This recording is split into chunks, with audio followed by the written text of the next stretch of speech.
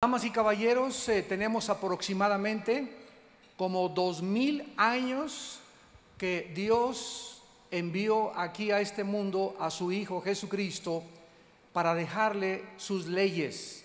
Hace 2000 años Dios nos visitó en este planeta y a través de sus leyes, sus estatutos, sus ordenanzas y sus mandamientos nos dejó la forma en la que nosotros podríamos vivir y podríamos también conocerle. Toda esta ley de Dios se encuentra en un libro que se llama la Biblia, y esta es la razón por la cual se llama la palabra de Dios, porque cuando hablamos de revelación significa que los hombres que escribieron la Biblia no la escribieron de sus propias ideas o presuposiciones filosóficas, sino que la escribieron siendo inspirados por Dios. Cuando nosotros reunimos los 66 libros de la Biblia, nos damos cuenta que fueron escritos en un periodo de 1500 años por más de 40 autores diferentes, pero con la peculiaridad de que los 66 libros y los 40 autores que escribieron la Biblia, todos coinciden en el mismo mensaje. Esto es una de las más grandes evidencias de que este libro fue escrito de una forma sobrenatural. Hace muchos años, cuando Jesucristo bajó al mundo, Él estaba interesado en saber qué pensaba la gente de Él. Por ejemplo, en el Evangelio de Lucas, capítulo 9, versículo 18 en adelante, la Biblia dice: aconteció que mientras Jesús oraba aparte, estaban con Él los discípulos y les preguntó diciendo: ¿quién dice la gente que soy yo? Ellos respondieron: unos andan por ahí diciendo que eres el Bautista, otros Elías, y otros algún profeta de los antiguos que ha resucitado. Sin embargo, aunque Cristo sabía ya lo que la gente hablaba acerca de Él, a Él le interesaba una respuesta más directa de sus discípulos. Y entonces les preguntó a ellos: ¿y ustedes quién dicen que yo soy? Entonces respondió Pedro y le dijo: tú eres el Cristo, el Hijo del Dios viviente. ¿Era solamente Cristo un hombre extraordinario o era algo más? ¿Qué conceptos se tienen después de hace 2000 años acerca de la persona del Hijo de Dios? Aún en nuestros días nos sigue persiguiendo esta pregunta. La controversia que desataron las películas como La Pasión de Jesús, Jesucristo Superestrella, La Última Tentación de Cristo, el Evangelio de Judas, el que tienes ahí junto a tu cama, y ahora el Código Da Vinci, nos demuestran que demanda una respuesta. Es increíble toda la cantidad de películas de Hollywood, de literatura, de autores de ciencia ficción que están invadiendo y bombardeando el mercado internacional sin que la gente pueda tener la capacidad de discernir entre lo que es verdad y lo que es ficción, entre lo que es blanco y entre lo que es negro. Y esta realidad se deriva de la ignorancia tan grande que existe en la humanidad de este libro que se llama la Biblia. La novela de Dan Brown, El Código Da Vinci, nos ofrece una respuesta diferente a todas las que habían sacado en las películas y en las demás novelas, porque Da Vinci, o el Código Da Vinci, nos presenta a Jesucristo como un hombre casado, feminista y como un simple profeta mortal. Está claro que todos tienen una opinión diferente de Jesucristo. En las primeras páginas de este libro se reconoce que la historia es ciencia ficción, pero que los hechos como fechas, documentos, figuras históricas son verdad. Y esto ha llevado a una grande confusión a la mayor parte de los lectores que no saben distinguir, repito, entre lo que es verdad y lo que es ficción. El autor, Dan Brown, cita fuentes históricas, por lo que la novela nos ofrece como una ilusión de que es real y debe formar parte de nuestra historia también moderna y asumirlo como una verdad, aún en los temas que se pueden demostrar que son fraudulentos. Vamos a dar respuesta en esta mañana, damas y caballeros, a algunas de las preguntas que siguen flotando en el medio ambiente, en los periódicos, en la televisión y en muchos lugares donde se está tratando de investigar lo que es verdad y lo que es ciencia ficción. Veamos algunas preguntas que vamos a contestar. En primer lugar, ¿es verdad que el emperador Constantino fue el que decretó que Jesucristo era Dios? En otras palabras, la deidad de Jesucristo.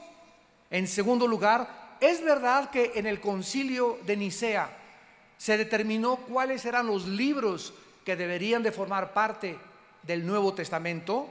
En tercer lugar, ¿quién determinó que los libros que tenemos actualmente en la Biblia fueran incluidos y se reclamaran como inspirados por Dios? En cuarto lugar, ¿es verdad que María Magdalena tuvo relaciones sexuales con Jesucristo, se casaron y se fueron de luna de miel a Cancún? Bueno, eso ya es invento mío. Vamos a tratar de hacer un poco de historia porque es increíble la imaginación del ser humano. Dentro de los próximos meses les garantizo que va a salir el Evangelio también de Juan Diego. En el año 312 después de Cristo, un hombre llamado Constantino estaba posicionado en el puente de Milán, afuera de Roma, y estaba planeando acercarse a la ciudad de Roma y tomarla y conquistarla. Esta victoria de Constantino lo podría establecer como el próximo emperador romano. La noche anterior, Constantino estaba adorando a un dios pagano, cuando de repente, en las palabras de Eusebio de Cesarea, quien fue un historiador y el confidente particular del rey Constantino, estaba rezando cuando Constantino vio con sus ojos un símbolo de la cruz de Cristo, y con estas letras: bajo este signo vencerás. Constantino cruzó el río, ganó la batalla peleando con el símbolo de la cruz. Más tarde, él decretó lo que se conoce como el Edicto de Milán, donde se establecía que ya no se debería de perseguir a los cristianos.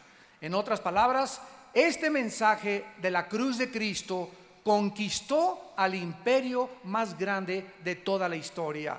El imperio romano no fue conquistado con sangre, ni con espada, ni con guerras, sino con un mensaje de que ese hombre llamado Jesús de Nazaret había vencido la muerte al levantarse de la tumba a los 3 días.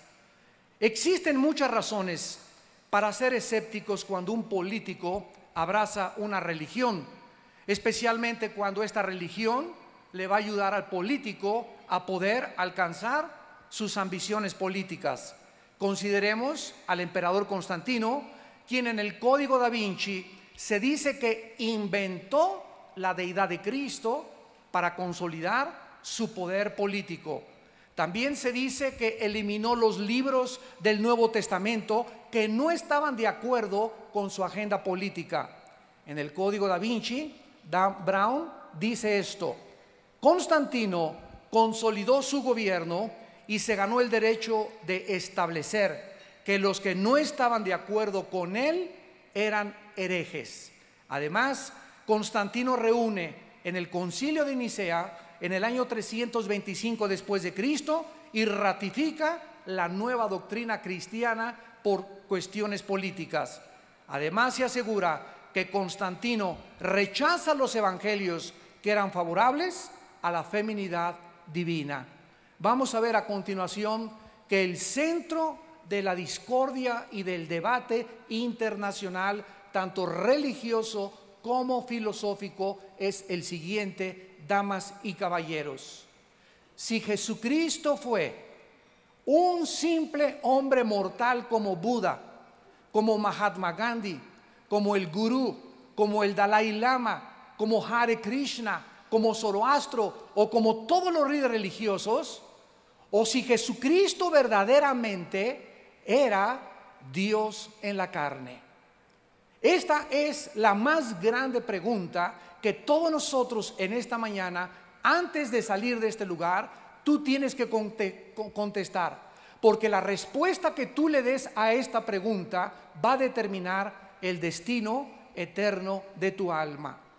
Si Jesucristo fue un simple mortal como tú y como yo, y como todos los grandes líderes religiosos y los falsos mesías y los falsos profetas que han levantado tantas sectas en el mundo y tantos movimientos religiosos, entonces Cristo forma parte del montón.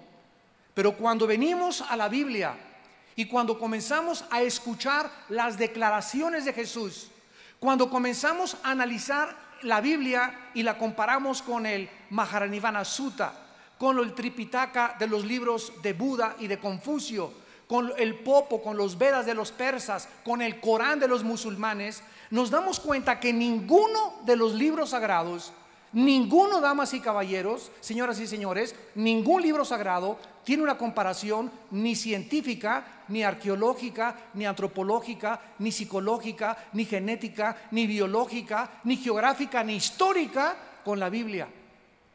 Es un libro absolutamente sensacional. Y los más grandes estadistas, los más grandes pintores, escultores, artistas, políticos, nadie ha podido decir hasta este momento: yo tengo otro libro mejor que la Biblia.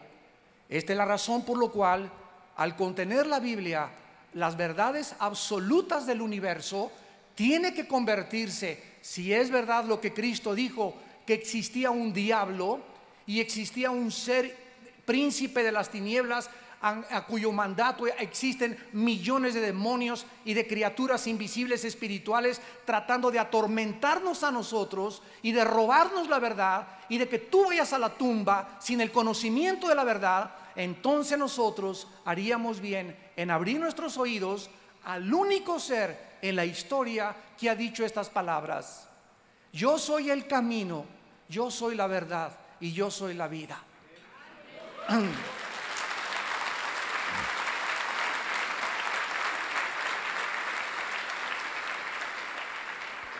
Durante los primeros 300 años de la historia cristiana, comenzaron a levantarse los enemigos del cristianismo y comenzaron a tratar de atacar. Vuelvo a repetir, el centro, el núcleo del ataque es la deidad de Jesús. De que Jesucristo era un simple hombre común y corriente y un grande maestro de moral. Uno de los más grandes herejes en estos siglos se llamó Arriano. Y por causa de este hereje se formó lo que se conoce como el Concilio de Nicea, donde 300 obispos se reúnen en Nicea, Italia, para poder disputar, argumentar y concluir lo que se conoce como la cristología o la doctrina de Cristo. De manera unánime se considera a Arriano un hereje por negar la deidad de Jesucristo. Porque si Jesucristo no es Dios, y si Jesucristo no es verdaderamente ser lo que Él dijo, entonces es imposible que Él pudiera ser el Redentor y el Salvador de la humanidad. La Biblia en Hebreos 7:26 dice estas palabras acerca de Jesucristo: porque tal sumo sacerdote nos convenía, santo, inocente, sin mancha, apartado de los pecadores y hecho más sublime que los cielos. El escritor del libro de los Hebreos considera a Jesucristo sin mancha y totalmente diferente de todos los demás seres humanos. Pedro, en su primera carta, capítulo 2, versículo 22, dice: el cual no hizo pecado, ni se halló engaño en su boca. Si Jesucristo hubiera sido un simple mortal como tú y como yo, no podía en esa cruz abrir sus brazos, porque para que pudiera pagar por tus pecados y por mis pecados, hubiera necesitado primero pagar por los suyos propios y después pagar por los de los demás. Dios no nos podía imputar su justicia si Jesucristo no hubiera cumplido al pie de la letra los 10 mandamientos. Pero es el único ser, de acuerdo a la Biblia, que cumplió la ley de Dios. Y por causa de que Cristo cumple la ley de Dios, ahora Dios nos invita y nos lleva a la cruz. Y en esa cruz Dios en la Biblia nos dice: mi hijo cumplió lo que tú nunca hubieras podido cumplir. Mi hijo hizo lo que tú nunca hubieras podido hacer con tus peregrinaciones, con tus buenas obras. Porque si hubiera sido esto, ¿cuál es la razón de que Cristo muere en la cruz? Si hubiera otro camino para la salvación, como dicen comúnmente, todas las religiones llevan a Dios. Jesucristo es el mentiroso, totalmente psicópata, neurasténico, maníaco depresivo, loco que ha existido en la humanidad. Porque Jesucristo dijo: nadie va al Padre si no es por mí. Si hubiera otro camino a la salvación y Dios nos hubiera dicho: mis chiquilines, pórtense bien, mis nenes, mira, tú sigue esta religión, tú sigue aquella, tú sigue aquella, al cambio que todas las carreteras llevan a Toluca.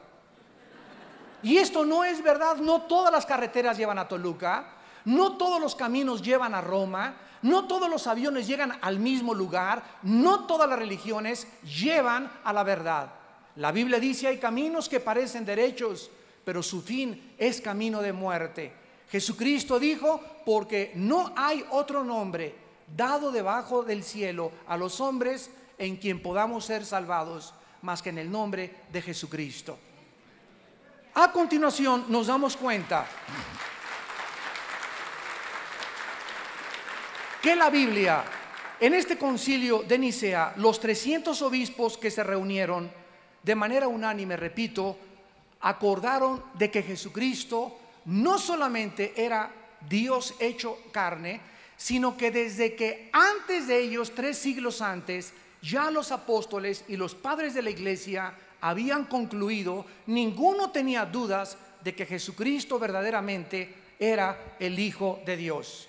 No podía ser de otra manera, porque Jesucristo, de acuerdo a los escritores de los evangelios, ya existía antes de que Él naciera en el mundo. Por ejemplo, en el Evangelio de Juan capítulo 1, versículo 1 en adelante, dice: en el principio era el Verbo era con Dios y el Verbo era Dios. Este era en el principio con Dios. Todas las cosas por Él fueron hechas, y sin Él nada de lo que ha sido hecho fue hecho. En Él estaba la vida, y la vida era la luz de los hombres.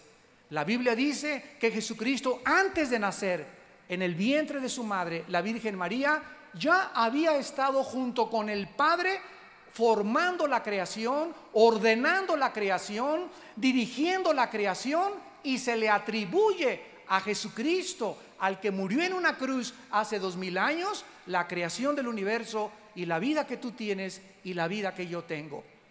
Esto nos deja pasmados, asombrados. Cómo el creador del universo bajó a este mundo, se despojó de la corona, del anillo, de sus ropas reales que tenía en el trono con su padre, y baja a este mundo de limosneros, a este basurero en el cual tú y yo vivimos, y camina entre el basurero, entre los limosneros que somos nosotros, se hace semejante a nosotros, toma la forma de un siervo igual a nosotros, y muere de muerte, y muerte de cruz. Dios no nos venía más que cualquier otra cosa a enseñarnos, al mandar a su Hijo, que la más grande virtud que un ser humano pueda tener es la humildad. La humildad. Todos por naturaleza queremos: mis chilaquiles, vieja, aquí la cena, mis zapatos, chamacos, híncate, reconózcanme. Vemos que los hombres toman el poder y se enferman con el poder, se transforman con el poder, se transforman con el dinero. Le dan a alguien autoridad o una charola, policía, y se le cambia la personalidad, y solo queremos agredir, queremos mostrar nuestra hostilidad, nuestra frustración, nuestra amargura, tratando a los seres humanos de convertirlos en esclavos. Siglos de esclavitud nos muestran que el ser humano demanda que se le sirva a Él. Y Cristo viene a este mundo y les dice a los discípulos: yo no vengo a que ustedes me sirvan, yo vengo a servirlos a ustedes y por favor siéntense que les voy a lavar los pies. Nadie puede negar ni psicológicamente que Jesucristo era un personaje patológico o que estaba enfermo o que tenía alguna desviación mental, porque las características de Jesús, la vida de Jesús, el control que tenía de su vida, la paz que irradiaba, la seguridad de sus palabras, la forma como vivió, los milagros que realizó, no nos dejan a nadie concluir que era un simple hombre. En el Código Da Vinci se dice que la doctrina de Cristo fue aprobada por una votación muy cerrada. Esto también es pura ficción, porque de los 300 obispos en el Concilio de Nicea, solo 5 votaron en contra. Así que 295 obispos aprobaron y coincidieron en que Jesucristo era Dios. Pero ¿realmente Constantino inventó esta deidad de Cristo? ¿Qué acaso antes de este concilio se consideraba que Jesucristo era un hombre ordinario? No existe ni un pedacito de evidencia histórica para esta barbaridad herética. La doctrina de la deidad de Jesucristo fue mantenida por la iglesia primitiva siglos antes del concilio de Nicea, como por ejemplo Policarpo de Esmirna, que fue un apóstol directo del apóstol Juan. Justino Mártir en el año 150 después de Cristo, el obispo de Lyons, Irineo, en el año 160 después de Cristo, y Tertuliano en el año 200 después de Jesucristo. No es de sorprenderse pues que el Nuevo Testamento establezca como herejes a las personas que niegan que Jesucristo vino en la carne. En primera de Juan 4, versículo 1 y 2, el apóstol Juan escribe: cualquiera que niegue que Jesucristo vino en carne, este es el espíritu del anticristo. Este es el espíritu del anticristo. Las personas que quieren atacar y colocar a Cristo junto a Buda, junto al Dalai Lama, junto a Moisés, junto a los gurús, etcétera, etcétera. ¿Por qué? Porque para el ser humano cualquier persona nos puede salvar. ¿De dónde nacieron todas estas controversias y herejías en contra del cristianismo? El evangelio de Judas, el evangelio de los gnósticos, el evangelio de Felipe, el evangelio de Tomás, el evangelio de María Magdalena, que cita el Código Da Vinci. Muy bien, en el año 1945, un campesino en Egipto, cerca de unas cuevas en Nag Hammadi, estaba excavando para sacar fertilizantes y descubrió una jarra de color rojizo con papiros de piel en un lenguaje cóptico. Las fechas que datan estos papiros son del año 450-500 después de Cristo.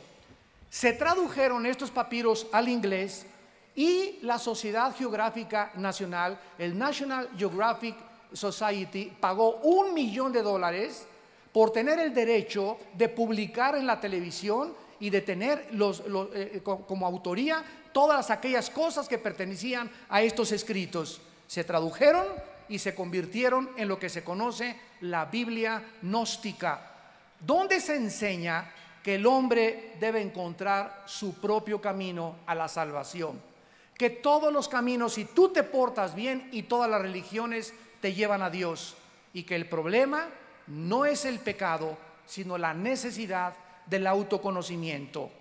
La palabra gnóstico viene del griego gnosis, que significa conocimiento, y en la Biblia se tradujo ciencia.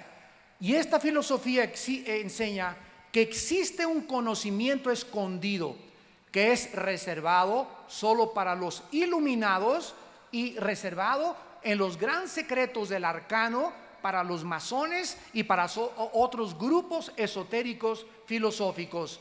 Sin embargo, esta iluminación no proviene de la Biblia, ni de Cristo, ni de Dios, sino de arcanos superiores.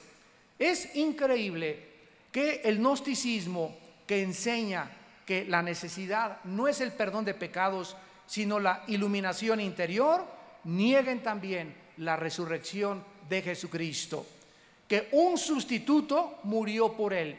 Y de ahí nacieron los evangelios, repito, de Pedro, de María, de Felipe, de Tomás y el evangelio de los egipcios.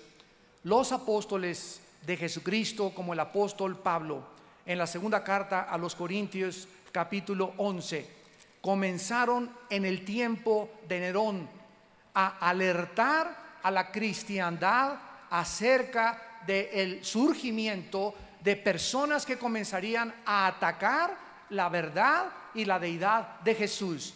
Dice 2 Corintios 11, versículos del 13 al 15, porque estos, escribe el apóstol Pablo, son falsos apóstoles, obreros fraudulentos, que se disfrazan como apóstoles de Cristo.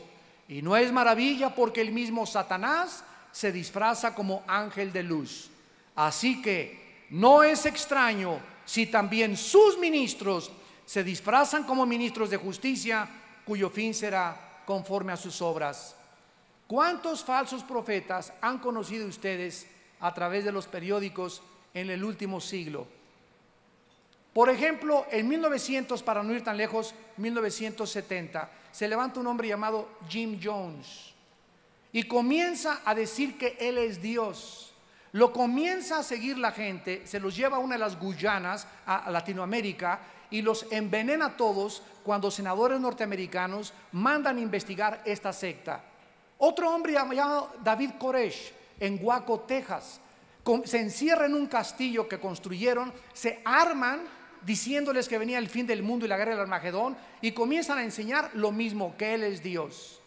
Buda, damas y caballeros, si ustedes son budistas, con todo el respeto que se merecen, Buda nunca dijo que creía en Dios. El budismo es de las pocas religiones ateas. Entonces, ¿de dónde sacan que para ser religioso necesitas creer en Dios, si el budismo es una proposición filosófica atea? Y cuando nos damos cuenta de que hay religiones ateas, ¿cómo puede, verdad, una persona decir que me puede iluminar y me puede llevar a un camino cuando ni siquiera el gordito de Buda creía en Dios? ¿A dónde me vas a llevar entonces? Yo ando buscando el origen del universo. Yo ando buscando mi identidad. ¿Quién soy yo? ¿Por qué nací? ¿O qué somos el producto de una evolución fortuita? ¿Somos el resultado de una selección natural? ¿Es verdad que la evolución es la única cosa que se puede enseñar como científica en la escuela, cuando es totalmente anticientífica? El ser humano está desesperado buscando respuestas y va con el gurú, van con los brujos de Catepec, van a Tepoztlán, adoran a la luna, se van a las pirámides de Teotihuacán a cargarse de energía, y miles de cosas que hacemos, que inventamos nosotros, porque no tenemos una luz. Y esa luz Jesucristo fue cuando Él dijo: yo soy la luz del mundo, si tú me sigues no seguirás en tinieblas.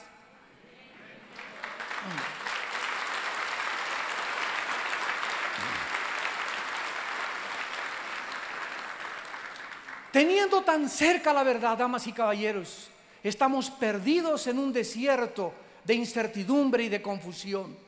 El apóstol Pablo, en la primera carta a Timoteo, capítulo 6, versículo 3 en adelante, dice estas palabras: si alguno enseña otra cosa y no se conforma a las palabras sanas, saludables de nuestro Señor Jesucristo y a la doctrina que es conforme a la piedad, está envanecido, nada sabe y delira acerca de cuestiones y contiendas de palabras, de las cuales nacen envidias, pleitos, blasfemias, malas sospechas, disputas necias de hombres corruptos de entendimiento, privados de la verdad, que toman la piedad como fuente de ganancia. Apártate de los tales. Al terminar la Biblia, en el capítulo 22 de Apocalipsis, el apóstol Juan termina la Biblia con estas palabras: yo testifico a todo aquel que oye las palabras de la profecía de este libro, si alguno añadiere a estas cosas, Dios traerá sobre él las plagas que están escritas en este libro. Y si alguno quitare de las palabras del libro de esta profecía, Dios quitará su parte del libro de la vida y de la santa ciudad y de las cosas que están escritas en este libro. ¿Podía alguien preferir la Biblia gnóstica a la Biblia inspirada por Dios? ¿Cómo es posible que el ser humano, damas y caballeros, psicólogos y sociólogos que nos acompañan, cómo pueden ustedes definir este fenómeno, este dilema religioso del ser humano, que es más fácil que el ser humano siga a Buda, siga al Dalai Lama, se hinque ante a un ser humano, le rinda culto a unas pirámides, le rinda culto al sol, crea que del universo vienen los ovnis a salvarnos? ¿Cómo es posible que el ser humano pueda creer mucho más fácil todas estas cosas tan falsas de ficción y mentiras y no creerle a aquel que dijo: yo soy la resurrección y la vida? ¿Cómo es posible que la Biblia siga siendo atacada? Y los maestros, yo continuamente tengo controversias en las preparatorias, en las universidades, y siempre me encuentro que los maestros graduados con maestrías, etcétera, etcétera, me dicen: la Biblia es un libro inventado por los hombres. Y siempre les contesto: ¿ya la leyó usted? ¿En qué basa usted esa conversación? Me lo dijo mi compadre, me contesta. Y a su compadre, ¿quién se lo dijo? Y los estudiantes están en la misma situación. Y no tenemos nosotros la diligencia de venir por nosotros mismos, hincarnos algún día. Si tú en esta mañana no quieres recibir a Cristo, yo te invito a que llegues hoy en la noche a tu casa y te hinques y le digas: oh Dios, yo no estoy confundido, yo no sé realmente dónde está la bolita, pero quiero decirte algo, Dios, yo sé que me escuchas. Si tu Hijo Jesucristo es el camino, la verdad y la vida, si Él murió en esa cruz para pagar por mis pecados, Señor Jesucristo, te invito a mi vida. Y si tú entras a mi vida, Señor, y me cambias y experimento tu poder, te prometo que te voy a servir hasta el día de mi muerte. Esto se llama ser honesto intelectualmente. ¿Qué sucedió a continuación? Bueno, Leonardo da Vinci, un grande pintor, hijo ilegítimo, y de acuerdo al diario de su abuelo, nació el 15 de abril de 1452 en una aldea llamada Vinci, a 32 kilómetros al oeste de Florencia. Realmente Leonardo da Vinci pintó en su cuadro de la Última Cena a María Magdalena recargada así amorosamente junto al rezago de Jesucristo. ¿Fue María Magdalena esposa de Jesucristo? Vamos a contestar estas preguntas a continuación, porque son otras mentiras también del libro y de la obra El Código da Vinci. Leonardo fue traído a Florencia siendo un mozo muy joven y se convirtió en un aprendiz de un pintor muy famoso. Más tarde, Leonardo comenzó a pensar que él no era apreciado en sus capacidades de pintura y apeló al duque de Milán llamado Ludovico para que le pudiera alquilar como pintor a su servicio. Ludovico lo aceptó y Leonardo pasó en Milán 20 años de su vida. En el año 1495, Ludovico, el duque de Milán, comisiona a Leonardo para que pinte el cuadro de la Última Cena para un monasterio dominico en la ciudad de Santa María de la Gracia. Pero realmente se encontraba, cuando pintó Leonardo da Vinci a María Magdalena recargada al regazo de Jesucristo. Y para nosotros saber la verdad, lo único que tenemos que saber es lo siguiente: ¿de dónde se inspiró Leonardo da Vinci para pintar el cuadro de la Última Cena? Vayamos al Evangelio de Juan, que fue el que leyó Leonardo da Vinci, y veamos de qué forma todos los evangelios, principalmente este que vamos a leer, nos describen quién se encontraba con Jesucristo en la Última Cena. Dice el Evangelio de Juan, capítulo 13, versículos 21 en adelante. Habiendo dicho esto, Jesús se conmovió en espíritu y declaró y dijo: de cierto os digo que uno de vosotros me va a entregar. Entonces los discípulos se miraban unos a otros, dudando de quién hablaba. Y uno de sus discípulos, al cual Jesús amaba, estaba recostado al lado de Jesús.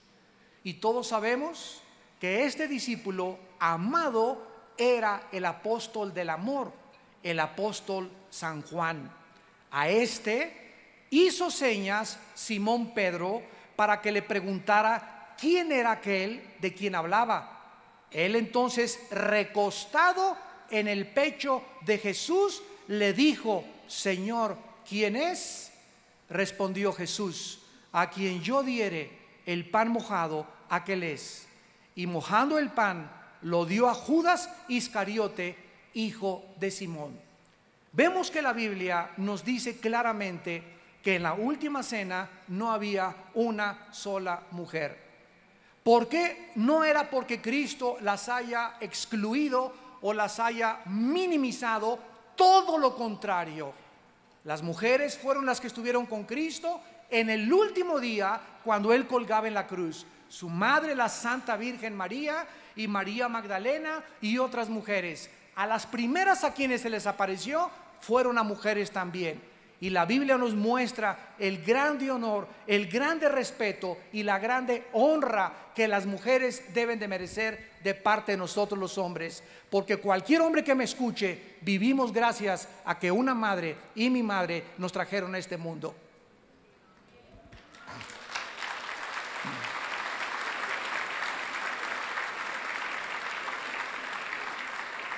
Una de las cosas que la Biblia nos revela es el odio que le tiene el diablo a las mujeres.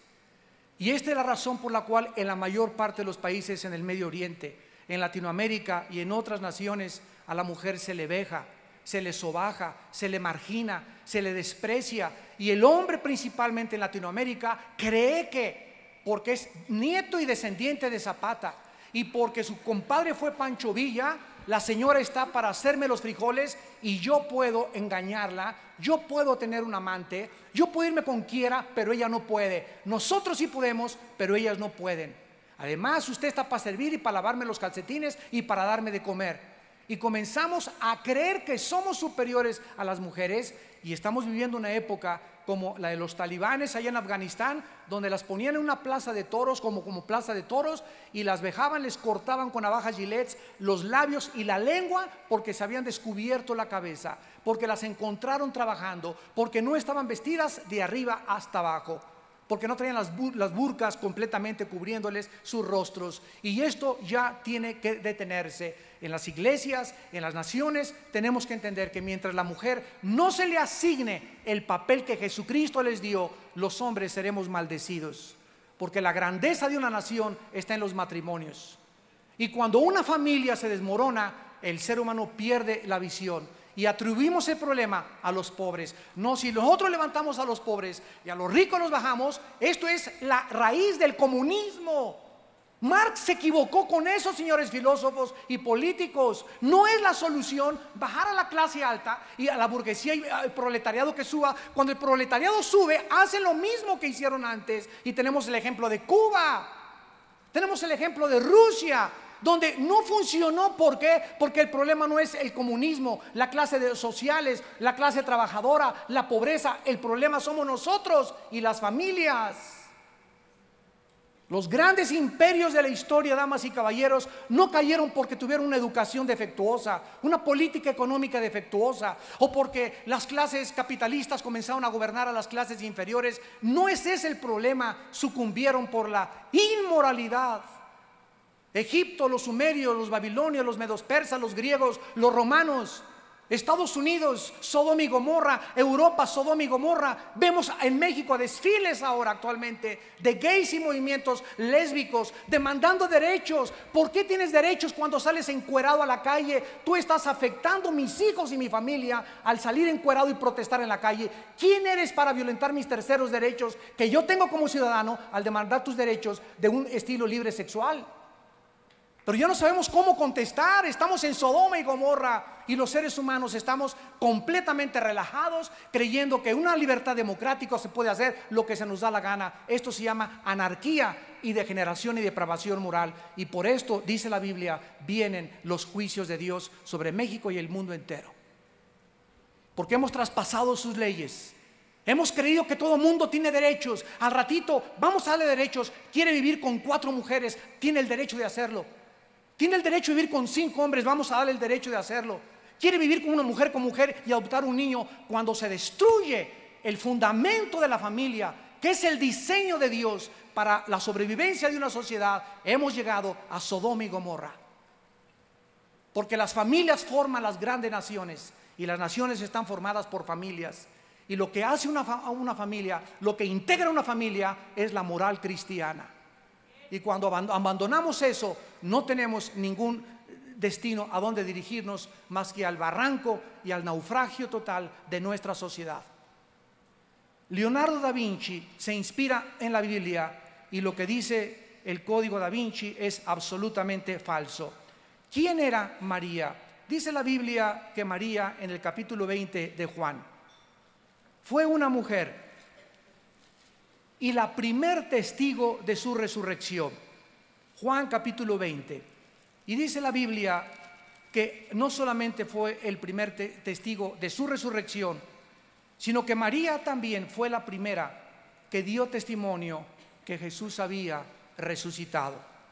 El primer día de la semana, María Magdalena fue de mañana, siendo aún oscuro, al sepulcro y vio quitada la piedra del sepulcro. Corrió y fue a Simón Pedro y al otro discípulo, al que amaba Jesús, y le dijo: se han llevado del sepulcro al Señor y no sabemos dónde le han puesto. Escuchen, nunca dijo: se han llevado a mi esposo. Ya se robaron el cuerpo de mi esposo. Ella, con todo el respeto, al haber vivido con Jesucristo, dijo: se han llevado a mi Señor y no sabemos dónde lo han puesto. Dice el versículo 11: y María estaba llorando junto al sepulcro. Mientras lloraba, se inclinó para mirar dentro del sepulcro y vio a 2 ángeles con vestiduras blancas que estaban sentados a uno y otro lado, a la cabecera y el otro a los pies donde el cuerpo de Jesús había sido puesto. Y le dijeron los ángeles: mujer, ¿por qué lloras? Les dijo: porque se han llevado a mi Señor. No dijo: se llevaron a mi esposo y no sé dónde le han puesto. Cuando había dicho esto, se volvió y vio a Jesús, que estaba allí, mas no sabía que era Jesús. Jesús le dijo: mujer. No le dijo: esposita. Mujer, ¿por qué lloras? ¿A quién buscas? Ella, pensando que era un hortelano, le dijo: Señor, si tú lo has llevado, dime dónde has puesto y yo lo llevaré. Jesús le dijo: María. Volviéndose ella le dijo: Raboni, que quiere decir maestro. Ella no le dijo: esposito mío, nos volvemos a juntar otra vez. Damas y caballeros, pudo haberse casado Jesucristo. El autor del Código da Vinci así lo asegura. Sin embargo, es pura ficción. Ninguno de los 4 evangelios enseña tal barbaridad. Y si hubiera ocurrido, lo hubieran mencionado. La Biblia enseña que Jesús no se casó con nadie. Escuchen con mucho cuidado. No porque el matrimonio sea algo sucio o deshonroso. Porque en Hebreos 13, versículo 4, la Biblia dice: honroso sea el matrimonio sin mancilla. A los adúlteros y a los fornicarios Dios los juzgará. Jesús bajó del cielo para morir en una cruz. No se casó porque simplemente no fue esa su misión. Él no bajó del cielo a formar un hogar ni una familia. Él vino a morir en una cruz. Él no podía casarse con ninguna mujer porque su naturaleza no solamente era humana, era divina. La sangre de Cristo no tenía pecado y no podía mezclarse con un ser humano y mezclar la sangre humana con la sangre pecadora o con la sangre divina. Entonces no se casó Jesucristo porque simplemente no fue su misión. Fue su misión resucitar a los 3 días salvar y pagar por nuestros pecados con su sangre en la cruz y ascender a la diestra del Padre, donde está actualmente sentado, esperando hasta que sus enemigos sean puestos como estrado de sus pies. Claro que algún día Cristo se va a casar, porque actualmente está comprometido con nosotros su iglesia, y no pudo haberse casado antes.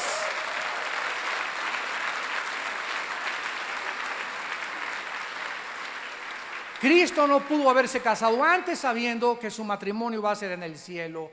Dice Apocalipsis capítulo 19, versículos del 5 al 9. Y salió del trono una voz que decía: alaben a nuestro Dios todos sus siervos y los que le temen, pequeños y grandes. Y oí la voz como una gran multitud, como el estruendo de muchas aguas, como la voz de grandes truenos que decía: aleluya, porque el Señor nuestro, Dios Todopoderoso, reina.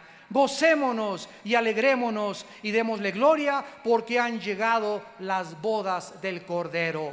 Y su esposa se ha preparado, y a ella se le ha concedido que se vista de lino fino, limpio y resplandeciente, porque el lino fino es las acciones justas de los santos. Y el ángel me dijo: bienaventurados los que son llamados a la cena de las bodas del Cordero. Y me dijo: estas palabras son fieles y verdaderas.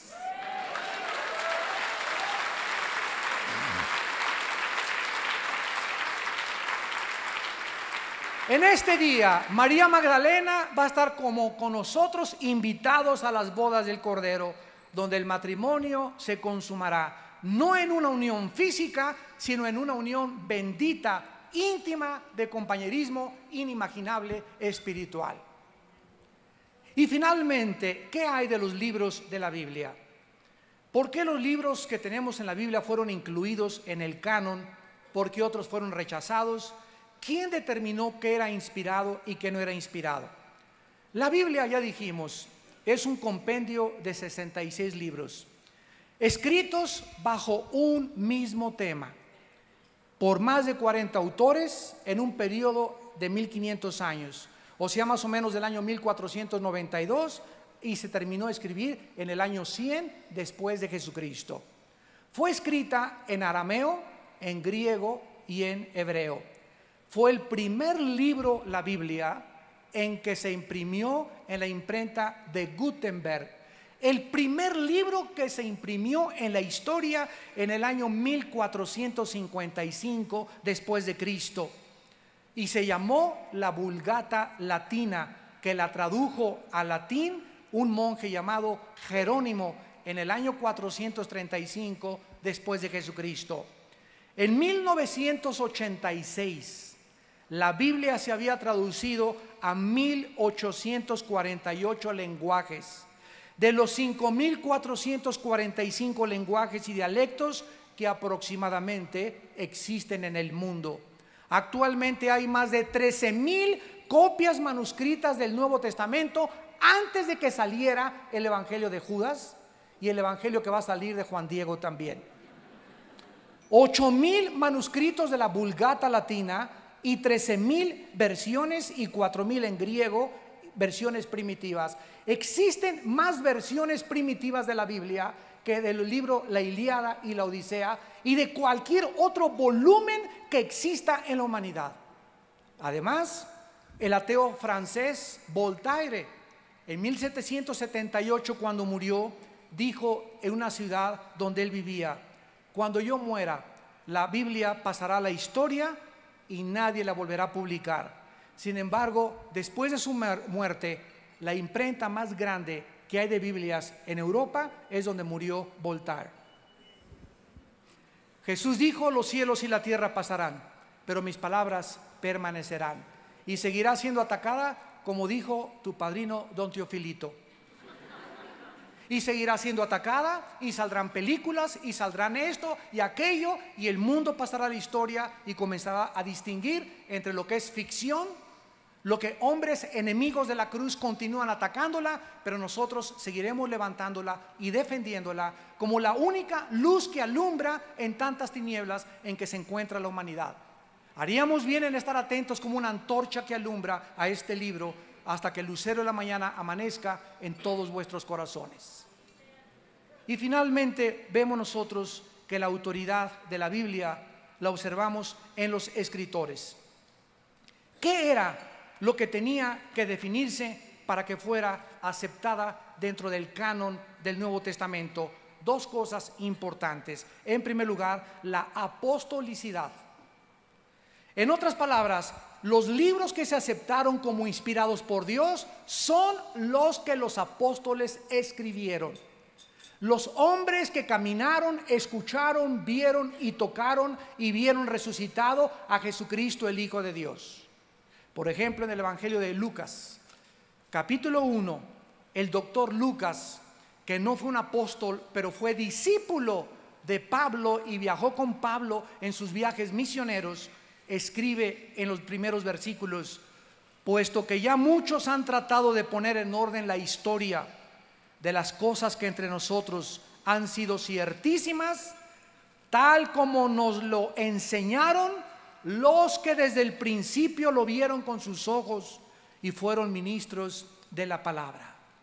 Así que para que un libro pudiera ser aceptado como el canon, forzosamente tenía que haber sido autenticado, totalmente verificado por los apóstoles que siguieron a Jesucristo. Y en segundo lugar, la conformidad a las doctrinas de Jesucristo. Esto significa que cualquier libro que saliera que no estuviera de acuerdo con lo que los apóstoles Pedro, Juan, Santiago, Pablo, etcétera, etcétera, habían escrito, no se podía considerar como inspirado por Dios.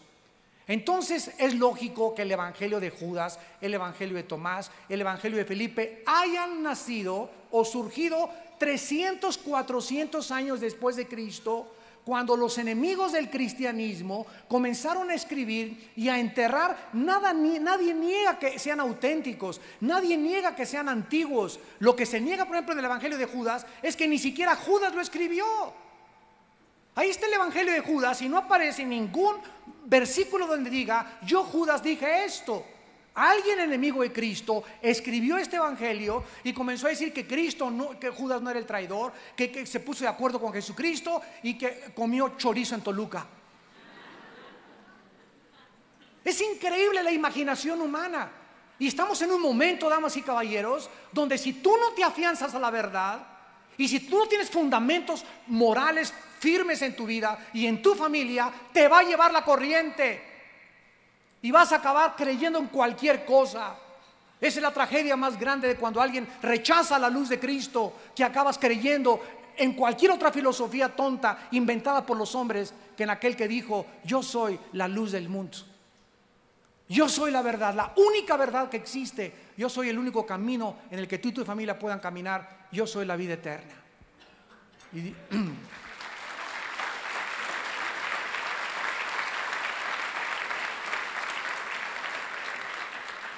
Yo los invito en esta mañana, no a una religión. Yo los invito a todos ustedes en esta mañana a que vengan a una cruz, a la cruz de Jesús. Que vengas con tu familia, que vengas tú particularmente. Tú me puedes decir: es que usted no sabe, mire, ahorita yo estoy en la política y si no estoy en la política no voy a poder robar. Y si no robo no voy a poder tener ese departamento y esa casa y yo quiero éxito y quiero poder. ¿Sabes una cosa? Las palabras de Jesucristo son en este momento muy relevantes. ¿De qué te sirve ganar el mundo si pierdes tu alma? Tú no sabes que en cualquier momento, tal vez saliendo de este lugar, caigas ahí en las escaleras con un ataque cardíaco, una embolia cerebral, y todos tus sueños, todas tus ilusiones, todas tus esperanzas de llegar a hacer esto y quiero aquello, y ahorita mi compadre va a ser el presidente y tenemos esperanza de esto y el otro. En cualquier momento la burbuja de jabón es rota por la muerte, porque está establecido que todos muramos una sola vez y después el juicio. ¿Y de qué te sirve haber entregado y dedicado tu vida a valores tan falsos cuando lo más importante es el alma y el destino de tu familia? Dios no niega que tú puedas ser político o empresario. Gloria a Dios por todas las personas, y necesitamos hoy más que nunca integridad en nuestro mundo político. La corrupción está denigrando totalmente a nuestra nación. ¿Cómo podemos levantar esto? No con mejores escuelas. Necesitamos predicar el mensaje de la gracia de Dios. Necesitamos orar para que Dios nos dé un presidente que nos abra los estadios, que nos den más medios en televisión, que podamos influir en la radio, que podamos entrar a las universidades y darles otra opción a los estudiantes, y no solo que venimos de chita. Que podamos entender que lo que nos da dignidad humana es que fuimos creados a la imagen y semejanza de Dios, y que eso es lo que nos da valor como seres humanos. Y esta es la razón por la cual es de tanta valía que el Hijo de Dios haya dado su vida en una cruz por ti y por mí, porque valemos tanto, tanto, tanto para Dios, que dio a su Hijo unigénito, para que cualquiera de ustedes que en Él cree no se pierda, mas tenga vida eterna. Mas Dios muestra su amor para con nosotros en que, siendo aún pecadores, Cristo murió por nosotros. Él, que no conoció pecado, por nosotros se hizo pecado, para que nosotros fuésemos hechos la justicia de Dios en Él.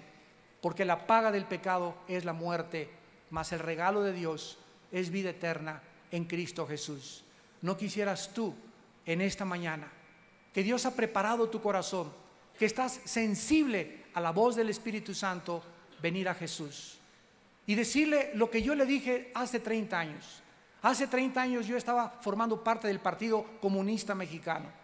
Yo era un convencido de una revolución violenta y de bajar a los dictadores y bajar a este gobierno y que el pueblo tomara el poder. Y estaba involucrado en la dialéctica materialista, era ateo totalmente, renuncié a mis valores que mis padres me dieron de nuestra religión, equivocados, pero me dieron valores, porque estaba harto de la hipocresía de la sociedad como lo están los jóvenes. Hasta que un día mi hermano Alejandro, que está aquí conmigo, me dijo: ten una Biblia y quiero que la leas. Y quiero que seas sincero y comienza a leer el Evangelio de Juan. Y cuando llegué a Juan 14, mi vida estaba deshecha, vacío. Yo era revolucionario, el 68, Tlatelolco, levantémonos, por aquí, por allá, nos golpearon, nos llevaron a la cárcel por nuestras ideologías, etcétera, etcétera. Leí Juan que decía: yo soy el camino, la verdad y la vida. Y en ese momento vino a mí la foto del Che Guevara que tenía arriba de mi cama. Un póster gigantesco, Fidel Castro, Nikolai Lenin, Adolfo Hitler, la signa suástica y todas las mentiras y el veneno de estos líderes demoníacos que han hecho con la humanidad. Y yo dije: ni el Che Guevara, ni Hitler, ni nadie ha hablado como ha hablado Jesucristo. Y caí de rodillas hace 30 años y le dije: Señor y mi Dios, yo te necesito. Mi vida es una confusión, mi vida es una tormenta, estoy totalmente desviado de mis pensamientos. Si tú eres el Hijo de Dios, entra a mi vida. Y si tú entras a mi vida y yo leo la Biblia y me convenzo que tú vives y que resucitaste de los muertos, no quiero saber nada de ninguna otra cosa más que servirte hasta el día de mi muerte. Y Jesucristo lo hizo. Y Dios me levantó para predicar su palabra y decirles a ustedes: lo mismo lo quiere hacer con tu vida. Y quiere transformar radicalmente tu vida, tu matrimonio y la vida de tu familia. Pero tú tienes que darle esta oportunidad, no a una religión, sino a Jesucristo, el Hijo de Dios. Y lo puedes hacer en este momento diciéndole estas palabras. Te pido que inclines tu cabeza. Ahí desde tu lugar, con tu rostro inclinado, con toda la honestidad e integridad de tu alma, ya no luches contra Dios. Vengo a anunciarte a un hombre, no a un sistema, no dogmas, no reglas. Vengo a anunciarte a un hombre que se llama Jesús, que dio su vida por ti en una cruz y que tú no le conoces. Y Él anhela que tú le conozcas y comiences a caminar en sus caminos con el poder que Él te quiere dar a través de su Espíritu Santo. Y ahí en tu lugar, ustedes que nos ven también por la televisión, si tú quieres invitarle a tu vida por primera vez, dile estas palabras: Señor mío y Dios mío, te doy gracias en esta mañana por iluminar mi entendimiento y mostrarme que voy por un camino que conduce a la muerte. He vivido una vida equivocada porque no te conocía. He sido ignorante de quién eres tú, Jesús. Yo pensaba que eras uno más de los grandes líderes y profetas religiosos. Esta mañana comprendo que tú eres mucho más que eso. Tú eres verdaderamente el Cristo, el Hijo del Dios viviente. Te pido perdón por mis pecados. Me arrepiento de mi vida, porque creo que en esa cruz, con tu sangre, pagaste por mis pecados. Y ahora te pido, Hijo de Dios, que entres a mi vida como mi Señor y mi Salvador. Manifiéstate, Señor, en mi vida. Anhelo conocerte y entregarte todo lo que tengo. Ya no quiero saber nada más que seguirte y vivir para ti. Te pido por mi familia, te pido por mi matrimonio. Bendice a nuestros hijos o mi futuro matrimonio y dame sabiduría para escoger esposa algún día. Dame sabiduría para escoger esposo, los que vamos a formar la nueva familia. Y te pido que nunca me dejes ni me desampares, tal como me lo has prometido, porque te lo pido en el nombre de Jesús. Amén.